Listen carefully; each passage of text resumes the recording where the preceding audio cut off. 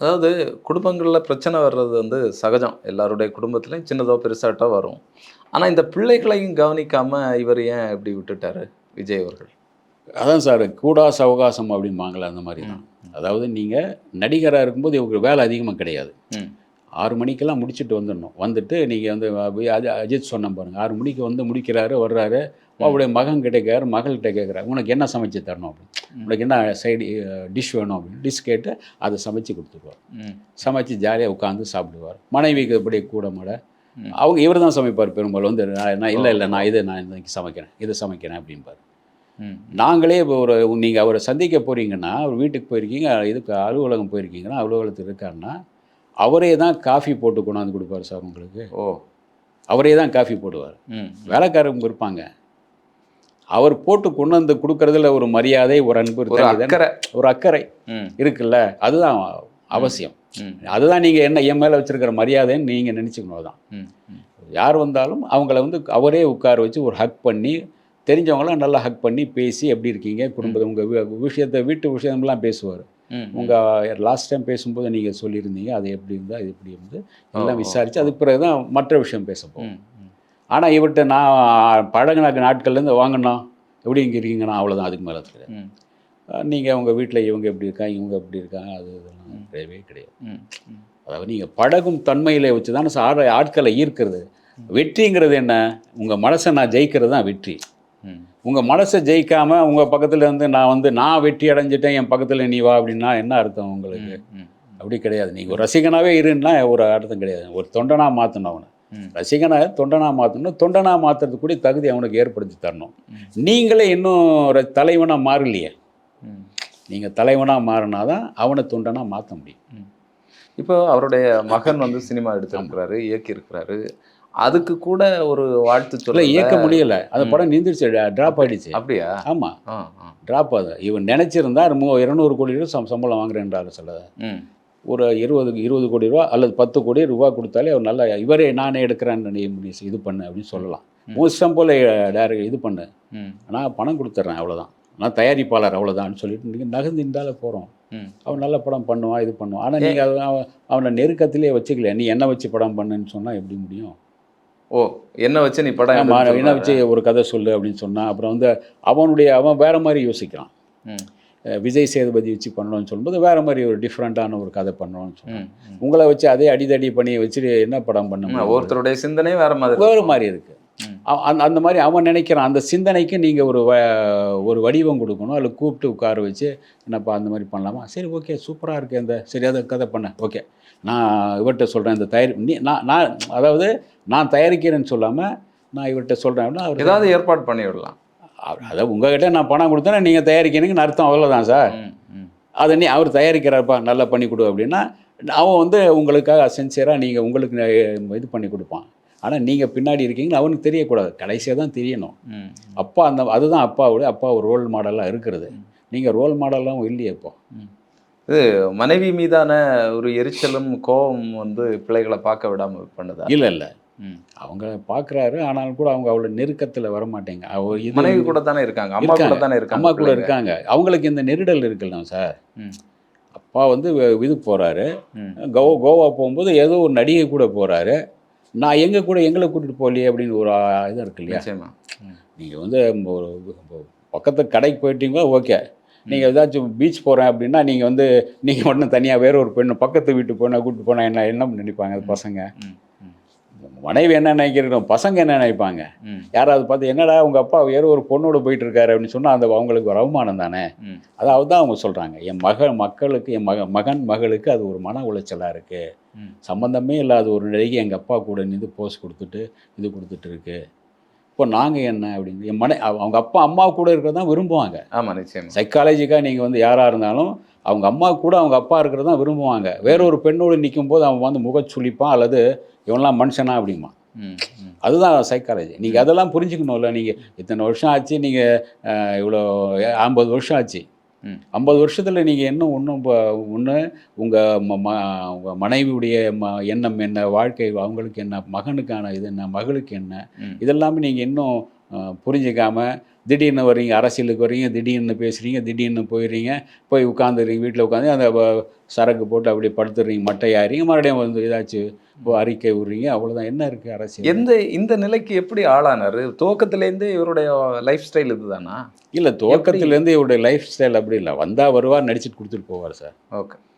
அவங்க அப்பா பார்த்து வேற எதுலையும் வந்து அவங்க அப்பா மேனேஜர், இந்த குருவுக்கு உட்பட எல்லாம் அவர் தான். பிஆர்ஓ மேனேஜர் உட்பட எல்லாம் அவர் தான். கதை கேட்குறது உட்பட அவர் தான். அப்போ பண்ணும்போது அவர் பார்த்துக்குவார் எல்லாமே. அவர் தம்பி வரானா அவங்க உங்களை சட்டை எடுத்து கொடுக்க, இது எடுத்து கொடுக்க, அது கொடுக்க ஆட்கள் இருந்துகிட்டே இருப்பாங்க. நீங்கள் வந்து நடித்து கொடுத்துட்டு போகணும், அவ்வளோதான். இதுக்கு நீங்கள் வந்து அதுக்கு பிறகு தான் இவருடைய சம்பளத்தை தானே ஏற்றணும்னு தானே சில படங்களை தயாரித்து தன்னுடைய சம்பளத்தை 200 கோடி 300 கோடின்னு சொல்லி ஆரம்பிச்சிட்டார். அவரே தயாரிக்கிறது தான். ஆனால் இவரே அதேமாரி அஜித் தயாரிச்சிருக்கார். உன்னை அறிந்தால்னா படங்கள் வந்து அவர் வேறொரு ஆளை வச்சு தயாரிச்சிருப்பார். அவர்கிட்ட அதாவது நீங்கள் ஒரு தயாரிப்பாளர்னு சொல்ல உங்கள் நீங்கள் தயாரிங்க சார், உங்களுக்கான ஒரு பர்சன்டேஜ் சேர்த்துட்டு எனக்கு கொடுங்க அப்படின்னு. அப்போது நீங்களும் வாழ்கிறீங்க, நானும் வாழ்கிறேங்கிற மாதிரி, வேறு நீங்கள் தயாரிக்கிற மாதிரி தான் அர்த்தமாக இருக்கும். இவர் வந்த மாதிரி அந்த மாதிரி பண்ண மாட்டார். அவங்க அப்பா தான் இது பண்ணுவார். ஆனாலும் அவங்க அப்பா தான் பார்த்துக்குவார். இவர் அதுக்கு பிறகு சொந்தமாக படம் தயாரித்து அவருடைய மேனேஜர் வச்சு இதை வச்சு தயாரித்து 200 கோடி 300 கோடி சம்பளம் அப்படின்னு சொல்லிட்டு ஆரம்பிச்சிட்டார். அதான் உண்மையிலே அந்த அளவுக்கு லாபம் வருதா, இல்லைன்னா வெளியில தான் அப்படி பேசிக்கிறாங்க சொல்லிட்டு இருக்காங்க. ஆனால் வரமாட்டி சில நேரங்களில் வந்து உங்களுக்கு மாஸ்டர் படத்தில் வந்து அவங்க மாமா தான் தயாரித்தார். அதெல்லாம் எத்தனையோ 500 மாமானா பாடகர் இல்லை வேற ஒருத்தர் மாமா அப்படின்னு அவர் கல்லூரி நடத்திட்டு இருக்காரு. அவரே என்ன சொன்னார்னா, அந்த மாஸ்டர் படம் தயாரித்து எனக்கு 90 கோடி ரூபா நஷ்டம் அப்படின்னாரு. ஆனால் இந்த பக்கம் பார்த்தா மாஸ்டர் படத்தில் இவ்வளோ வந்துச்சு அவ்வளோ வந்துச்சு நீயும் கதை விட்டுட்டுறாங்க. அப்படி அல்ல கைகள் கதை விட்றாங்க. எது உண்மை நாம் எது பண்ணது? அவரை வச்சு படம் தயாரிக்கணும்னு நினைக்கிறவங்க யோசிப்பாங்க. இவருக்கு படம் வச்சு படம்னா இவ்வளோ இத்தனை கோடி ரூபா. அதாவது இவருக்கு ஒரு மார்க்கெட்டை ஏற்படுத்தி கொடுத்தவங்க இவங்க RB Chowdhury, super good films. Super good ஃபிலிம்ஸில் வந்து நடித்த பிறகு தான் இவர் இதாகிறாரு. ஸோ வந்து சூப்பர் குட் ஃபிலிம்ஸில் அவர்கிட்ட வந்து அந்த தயாரிப்பாளர் அவர்கிட்ட நான் சௌத்ரி சார்கிட்ட ஒரு முறை கேட்குறேன், விஜய் சாரை பற்றி சொல்லுங்கள் சார். அவர் வந்து மாமியார் முதுகு தேய்க்கிற மாதிரி நடிச்சிட்டு இருந்தார், நாங்கள் தான் மாற்றணும் அப்படின்னு சொன்னார். அது ஒரு வாக்குமூலம். என்னென்னா, பூவே உனக்காக படத்துலேருந்து அவர் வந்து அவருடைய வேற மாதிரி மாறுது.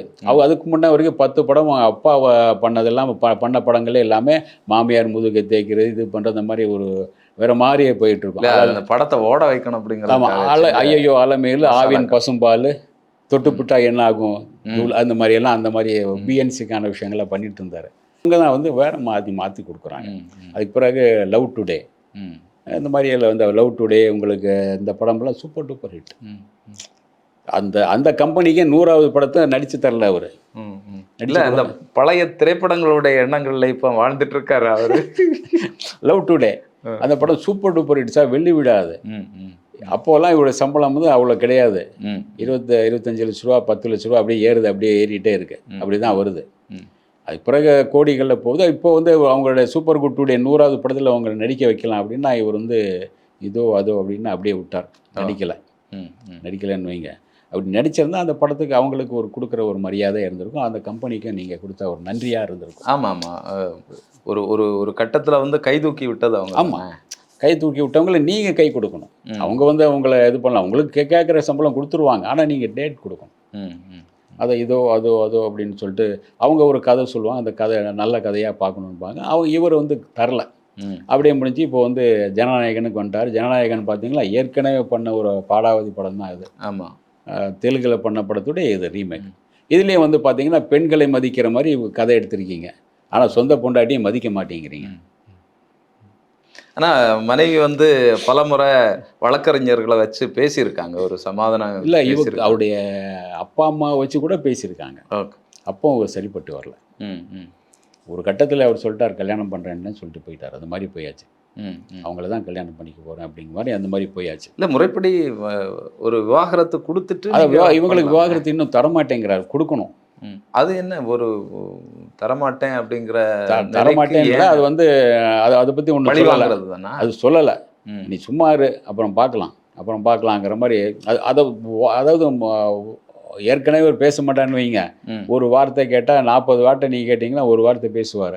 அப்போ அந்த அம்மா கிட்ட கோவத்தில் இருக்கும்போது அந்த அம்மா கிட்ட என்ன பேச போகிறாரு அவர்?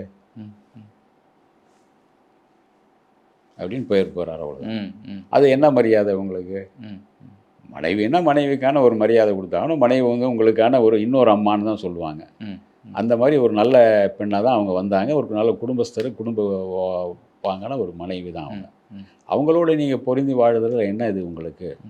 இல்ல சார், இப்போ பல்வேறு குடும்பங்கள்ல பிரச்சனைகள் வருது. பிடிக்கலைன்னா அவங்க பிரிஞ்சு போவாங்க. ஆமா. இதெல்லாம் சாதாரணமான விஷயம்தான். பிடிக்கலைன்னா சாதாரண பிரிஞ்சு போயிடுறாங்க சார். சில இடங்களில் வந்து காம்ப்ரமைஸ் பண்ணி வைக்கிறாங்க. ம். பல சினிமாவில் பல கதைகள் உண்டு அந்த மாதிரி. ம், ம், காம்ப்ரமைஸ் பண்ணி வைக்கிறாங்க. அதுக்கு பிறகு அவங்க காம்ப்ரமைஸ் ஆன பிறகு சரியாக போயிடுறாங்க. ம்.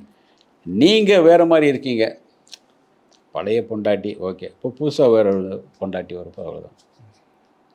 புதுசா இருக்கவங்கள்ட்ட திருமணம் பண்ணி வாழ்ந்துட்டா போதுமே.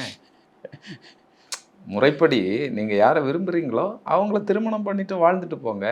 இதுல என்ன பிரச்சனை அப்போது இருக்கு? நீங்கள் வந்து இவங்களை விவாகரத்து பண்ணி தான் போகணும். ஆமா. இப்போ விவாகரத்து பண்ணீங்கன்னா அவங்களுக்கான ஒரு வீடு வாசல் ஜீவன் அம்சம்லாம் கொடுத்தாகணும் நீங்கள். ம். அதுக்கு நீங்கள் அதான் இப்போ கேட்டுட்டு இருக்கிறாங்க. ஆமாம் கேட்டுட்டு இருக்காங்க. இப்போ வந்து இப்போ அதுக்கு தான் இவங்க என்ன இப்போ சொல்கிறாங்க, திமுக கிளப்பி விட்டுருக்கு, இவங்க கிளப்பி விட்டு அவங்க 5 வருஷமாக இதை அவஸ்தைப்பட்டுட்டு இருக்காங்க. ம், ம், ஒரு கட்டத்துக்கு மேலே அந்த அவஸ்தை தாங்க முடியலைன்னு சொல்லும்போது இதாகுறாங்க. அதாவது நாளைக்கு வந்து அவங்க கொள்கை பொறுப்பு செயலாளராக வந்துடுவாங்க சார். நான் பல தடவை பேசியிருக்கேன். இப்போ நான் உங்ககிட்டையும் சொல்கிறேன். பல தடவை பேசியிருக்கேன். விஜய் கட்சியுடைய கொள்கை பொறுப்பு செயலாளர் யாருன்னா திரிஷா தான். இல்ல இப்போ அம்மா எப்படி அங்கே அம்மாவை எப்படி கூட்டிட்டு வந்தாரோ அந்த மாதிரி புசி ஆனந்த் இவங்களை கூட்டிட்டு வந்திருக்காரு அப்படின்னு சொல்லி பல தடவை நான் பேசியிருக்கேன். இல்ல இது நீங்க எம்ஜிஆரை தான் மறுபடியும் புரட்சி தலைவரை தான் ஞாபகப்படுத்துறீங்க. ஆமாம் அந்த மாதிரி தான் இவங்க அந்த பேட்டர்ன் தான் நினைக்கிறாங்க. இவங்க கூட இருக்கிறவங்க எம்ஜிஆராக நினச்சிக்கிறாங்க. ஆனால் எம்ஜிஆருடைய தொப்பிக்கான இமேஜும் இவங்களுக்கு கிடையாதுன்னு வைங்க. தொப்பிக்கு இருந்த இமேஜும் இவங்களுக்கு கிடையாது. எம்ஜிஆர் வேறு, எம்ஜிஆருடைய மாஸ் வேறு. எம்ஜிஆர் வந்து 20 வருஷம் அந்த கட்சியை திமுகவில் இருந்தார். திமுகவிலே கற்றுக்கிட்டார். எம்எல்ஏவாக இருந்தார், சட்டமன்ற உறுப்பினராக இருந்தார். அதாவது மற்ற அந்த சிறி சேமிப்பு துறையில் இருந்தார். மற்ற விஷயங்கள் அந்த பொருளாளராக இருந்தார். நீங்கள் கற்றுக்கிட்டார். பல மேடைகளில் பேசுவார். நாடகங்கள்லாம் நாடகம் முடிஞ்ச பிறகு திமுக பற்றி பேசுவார். உதயசூரியன் பற்றி பேசுவார். நாடகம் முடிஞ்ச பிறகு சரி மணி 10க்கு மேலே 11க்கு மேலே நாடகம் பற்றி பேசி அதில் வந்து சினிமா வந்து திமுகவை பற்றி பேசிட்டு தான் முடிப்பார். அது